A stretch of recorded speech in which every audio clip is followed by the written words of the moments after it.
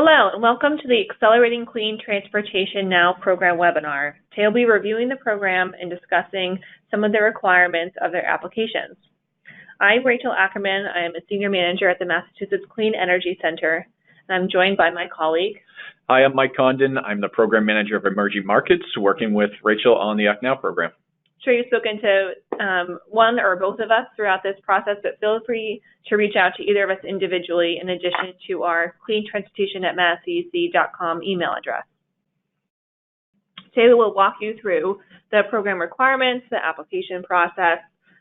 We'll go through the definitions for clean transportation that qualify for the program, environmental justice community designation, as well as the selection criteria and the ineligibility for projects. Then we will go into the collaboration channel where you can find project partners, timing logistics, and several FAQs. So MassCEC is a quasi-state organization. Our goal is to grow the state's clean energy industry while still reducing greenhouse gas emissions within the Commonwealth. We do this through several sectors, including investing, connecting folks across industries, as well as finding innovative solutions to break down industry barriers. This is what ACTNow fits in, sort of this innovative area to break down the barriers within the clean transportation industry. So ACTNow's goal is to provide funding to demonstration projects for clean transportation to prove out different business models and financing models in order to deploy those technologies. The project should result in low-carbon transportation solutions or efficiencies. We would like to see projects across different modes, vehicle types, populations, and regions of the state. We have $1.4 million of funding for this program. The grants will range from $50,000 up to a maximum of $200,000. The standard cost share for this program is 50%. However, if projects are located in or benefit an environmental justice community, the cost share requirement is lowered to 25%. There are 4 different eligible topic areas within ACTNow. If you look in Appendix A of the request for proposals, there are a much more detailed set of overview of what these topic areas include. The first is light-duty vehicles. Potential projects could include a financing model for increasing adoption of these vehicles, delivering education models, perhaps working with a dealership, as well as verifiable trip reduction or mode switching. The second category is medium and heavy-duty vehicles. We expect many of the projects to be more focused on financing models due to the higher upfront cost of these compared to traditional heavy and medium-duty vehicles. But we also want to see some projects that tackle the verifiable trip reduction. For mass transit, our third topic area, this is more integrating with the mass transit system, so servicing first and last mile transit needs. How do you get to and from the mass transit system? As well as intermodal transit, so switching between different modes of transportation. Our fourth topic area is open to applicant proposals. Some suggestions for this include a vehicle-to-grid technology proposal or a time-of-use vehicle charging. Now, to define what we mean by clean transportation, it's any kind of transportation service that will lead to little or no direct greenhouse gas emissions. However, it may also include trip efficiency measures for existing systems, as well as reducing vehicle miles, passenger miles, or freight miles traveled.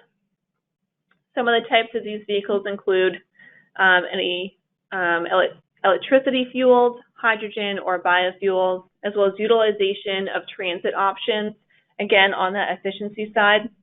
We will also include walking and cycling. Please note that the applications are not limited to these modes. These are just suggestions of what the clean transportation technologies could include. I'd like to call out specifically some technology readiness level limitations for the topic areas. For project topics 1 through 3, which include light duty, medium and heavy duty, and the mass transit categories, the technology readiness level must be of a 9 or a commercial readiness level of a 7. I'd also like to call out that the hybrid fossil electric vehicle type is only eligible for medium and heavy duty vehicles and mass transit applications, but not for the light duty vehicles. For project topic 4, which is the open-ended topic category, The technology readiness level has to be a 7 or the commercial readiness level of a 5. Now to define environmental justice communities. There is a link within the request for proposals as well as the application materials you can go to, and it's an interactive map with different layers. You can click on and off to display where the environmental justice community designations are throughout the state. This is just a quick snapshot of where those designations may be. There are 3 criteria that qualify for an environmental justice community. The first is annual median household income. The next one relates to race, and the final one relates to the speaking of English within a household. So based on those 3 categories, 1 or more of the layers may make the project eligible to be an environmental justice community. Now, speaking to the application, there are several application materials. Here is a list of all of the materials that must be submitted for a successful applicant. A cover sheet, which includes a statement of any other funding sources you're receiving for your project, a signature and acceptance form, a project narrative, which details an overview of what your project will include, a monitoring and verification plan is attachment D. That relates to what you expect to see for savings in terms of vehicle mile traveled, greenhouse gas reductions, or other benefits. Attachment E is an Excel document. It's a project work plan and budget template, which I will give a showcase of later in the presentation. Attachment F, total addressable carbon analysis and benefit summary. In this, we detail several resources that we would request you use as a baseline for determining what those carbon analysis and benefit summaries would include. Attachment G, the project pro forma. This is also an editable Excel demonstrating on what your projected savings are over time compared to business as usual. Attachment H is assigned letters of intent from the different project partners. We also have some optional submissions. Again, these are based on which project type you are completing. So perhaps you may need to include an original equipment manufacturer, a spec sheet, or a letter of support from other relevant stakeholders that are not on your application team. A pre-application report if you're requiring interconnection for your project. And we'd also like to see any comments on the contract template that's provided as attachment 3 in the request for proposals. This is Mass DEC's standard contract template. We need to be flagged of any questions or concerns on that contract as part of your application. So I want to be clear that when you're providing your application and pulling together your application materials, be very clear in terms of what barrier that you are trying to address. Define what that problem or solution statement is in the project narrative overview. And then although we don't call this out specifically in the application as a sentence or paragraph to provide, to be very keen in terms of throughout the application, clearly demonstrate what the need is that your project is trying to meet. Overall, the project should identify 3 main categories. 1 is to be clear and innovative clean transportation project description. This is to help us understand the need for your project. Several ways that you could help us understand what your project is trying to achieve is being clear in terms of what the concept is and if it's been previously implemented somewhere else, another state or nation. What is the proposed population that you are targeting? What technologies are involved, the technologies that you are installing or existing technologies, any existing programs or networks that you're integrating with, what is the finance or business model you are deploying, the carbon impact, which will be addressed in one of the attachments you're providing, as well as the approach to measuring what those impacts will be. The second area to help us understand your project is identifying the market opportunity for your project. So what is the potential reach of your proposed solution if after your project is completed, it then goes to scale or is replicated across the state? And then what is the pathway to scaling up your project? And finally, be clear about what the market, regulatory, or other barriers are to your proposed project. Are these barriers that have kept your project from moving forward in the past that you are breaking down, or are there existing barriers that will continue into the future that you will need to continue to identify and work within? I want to provide one example of an attachment. This is the project work plan and budget template, which is attachment E you will need to complete. Please note that in the dark shaded green, we provided an example of what a scope of work and deliverable may include. So in this top section under milestones, we provided this issue purchase orders for key components, the date it was completed, the grant amount you're requesting, and the cost share, which is the portion that the applicant and project team will be paying for. Then you can see down the deliverables section, also in dark green, what you're providing to Mass DEC in terms of proof of what you have spent that funding on are the purchase orders for the key components. So this milestone table and the deliverables table should very much be mirrored as they go milestone number by milestone number. So keep in mind that this is what Mass DEC will be looking at in terms of proof of concept for what you're completing at each of these milestones. I'd also like to call out that in attachment D you'll be completing monitoring and verification plans, that those plans must include one or more baseline data sets, such as vehicle sales, fuel consumption, person miles traveled, vehicle miles traveled, or ton miles traveled. You need to establish what baseline you're going to be comparing your success to. There's several basic project eligibility requirements. First, the project must benefit Massachusetts residents. Any equipment and infrastructure installed must be located within the Commonwealth.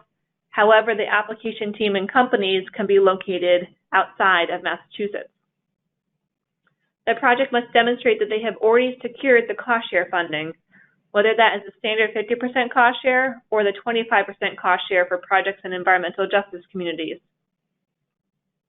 Projects must also be designed, installed, and operated in a manner consistent with federal, state, and local regulations, and they also have to be permitted, inspected, and approved by the applicable authorities having jurisdiction.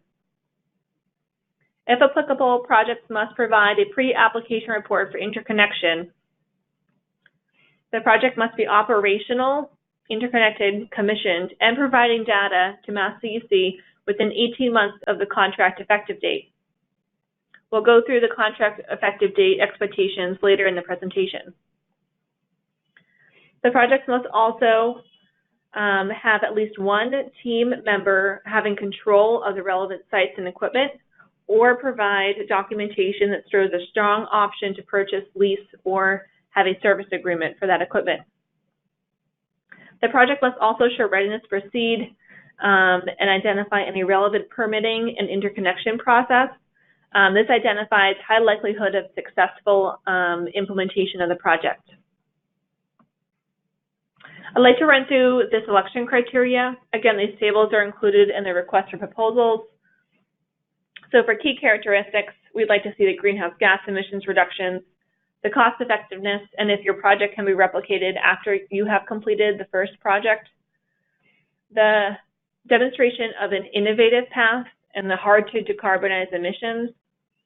We're also going to look at a diversity of topic areas and populations being served across the state.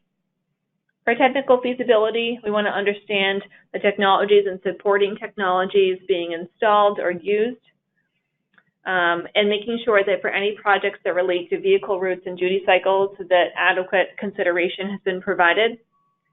We also want to make sure that this is not just a one turnkey solution to one specific problem, but there's replicability in terms of the technology being provided. For financial feasibility, thoroughness in the project pro forma, reduction of emissions compared to the total project cost, and then the impact or benefits compared to the total project cost, such as vehicle miles traveled, ton mile, or person mile.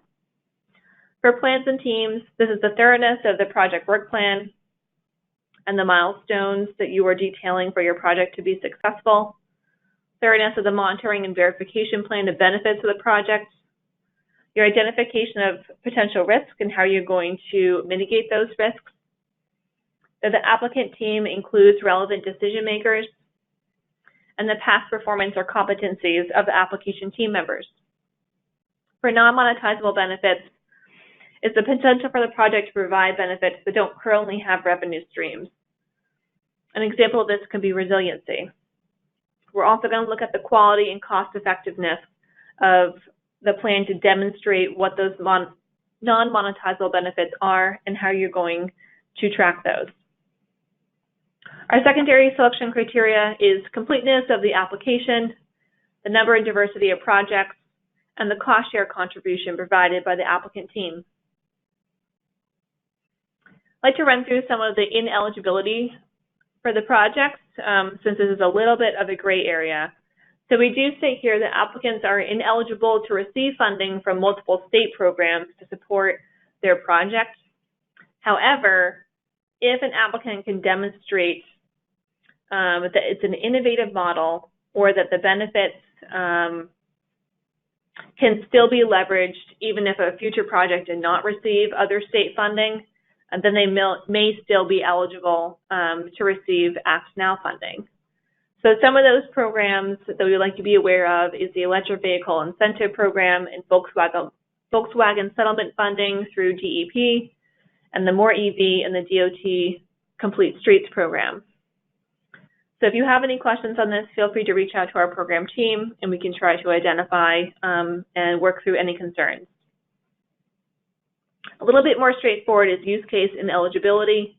So we will not be funding any projects that encourage greater reliance on fossil fuels or greater reliance on single occupancy vehicles. We also will not be funding any projects that replicate state funding structures. And to be clear here, this is Massachusetts state funding structures. We understand there's some programs run in other states that may work well within Massachusetts. I'd like now to turn it over to my colleague, Mike Condon, to talk about our collaboration platform. Thanks, Rachel. So we've also put together a collaborative platform for you to use via Slack. The purpose of the ACTNow Slack platform is really to convene stakeholders within the clean transportation industry, including technology providers, both software and hardware, host sites, nonprofits, municipalities, utilities, and really everyone in between that's interested in clean transportation to brainstorm ideas, develop partnerships, and eventually and hopefully collaborate as co-applicants on the ACTNow RFP. We understand it can sometimes be difficult to identify those partners for grant programs like this, and so we wanted to really just ensure that there was a place for everyone interested in ACTNow to introduce themselves, get to know each other, and let everyone know their project interests. So on this screen that you're seeing right now, the bottom right shows the link to the Slack platform page, and when you click on that link and you go there, you're brought to this page that you're seeing right now. So you'll simply follow the prompts from there to create your account. And from there, you'll be brought to the screen that you're seeing with the announcements tab highlighted right now. On the left-hand side, you see 6 different channels, the first of which being the announcements channel. This one will have anything noteworthy and important relative to ACTNow will be posted there from the Mass CEC team until the RFP deadline, just to keep everyone up to date on, like I said, major happenings and anything noteworthy around the program. Below the announcements channel is the 4 different channels and categories that we've identified under ACTNow. So that includes light-duty vehicles, mass transit, medium and heavy-duty vehicles, and then the other grid integration channel. We would definitely highly encourage you to, if you haven't already, to make an introduction post in one or all the categories, depending on how relevant they are to the types of projects that you'd be interested in doing, and the ones that you'd be interested in being a co-applicant on. Definitely recommend providing a brief background on your company, your email, of course, the type of project you're interested in doing, or an idea that you have so everyone kind of knows the scope that you're looking to develop a project around. And then lastly, there's the questions tab underneath those 4 categories. This is a channel where if you have any questions related to either Slack or the program in general, feel free to post in there. And one of the Mass DEC team members will answer those questions. We've also asked a representative from Eversource, National Grid, and Unitil to help us in answering any technical questions that you may have regarding either the feasibility or the implementation of the project or idea that you're thinking about. And then the final screenshot right here just provides a great example of how we really envision this collaboration platform to be used. So in the center part of the screen, you can see that Vartan from GreenSpot posted about his company and what they may be interested in collaborating on. And then Matthias from Unimi Solutions followed up and responded. And they've since, it looks like, taken that conversation offline to iron out details that might be well suited for a potential project that they could collaborate on. And now would be a great instance for a host site to respond to either Vartan or Matthias to see if this is a potential project that is being developed, and at which point they could deploy at either a municipality or commercial entity, whoever is interested in seeing this project come to fruition. And then lastly, just please feel free to reach out to myself or Rachel or the Clean Transportation email, or post on the Slack channel if you have any additional questions on how to use Slack in general. Happy to help get you set up or walk you through any additional questions that you have regarding Slack in more detail. So just a quick run through of timeline and logistics. So the application is available on our webpage, massdc.com/actnow-0.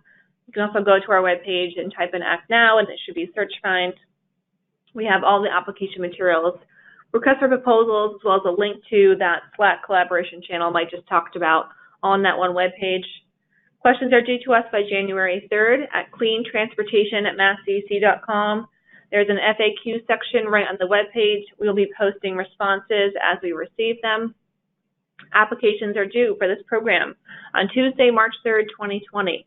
Make sure that you have ACTNow program application in the email subject line.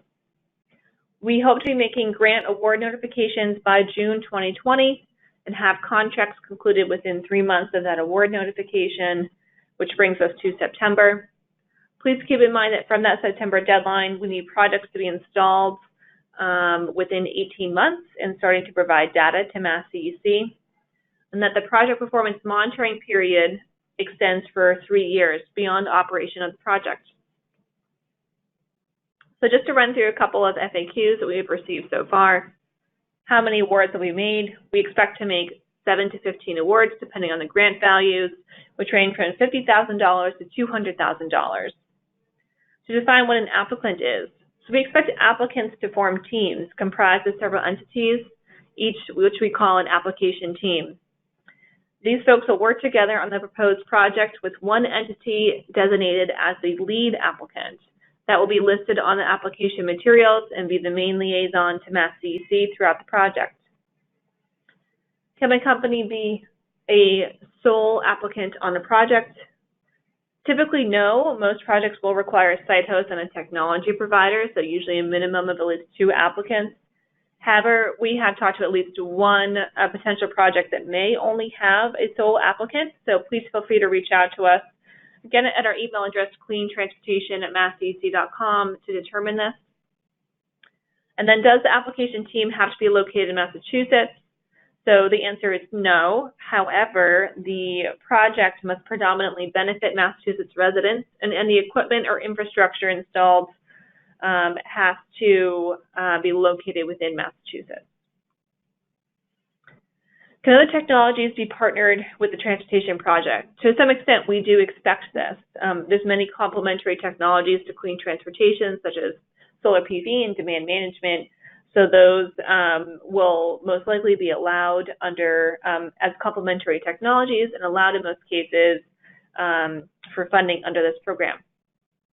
To determine the technology readiness level and commercial readiness level identified earlier in the presentation, you can use an NYSERDA TRL calculator. This link is also included in the RFP and in the application materials. And again, just to go over the highlights in terms of next due dates for the project, we'll be updating this FAQ section and again posting those on the website. Any other questions can be directed to cleantransportation@massdc.com. Happy to help you discuss your potential projects in terms of making connections. Although we can't actually review your projects ahead of the deadline of March 3rd, we're happy to try and make those connections and provide some guidance as you develop those teams. Thank you.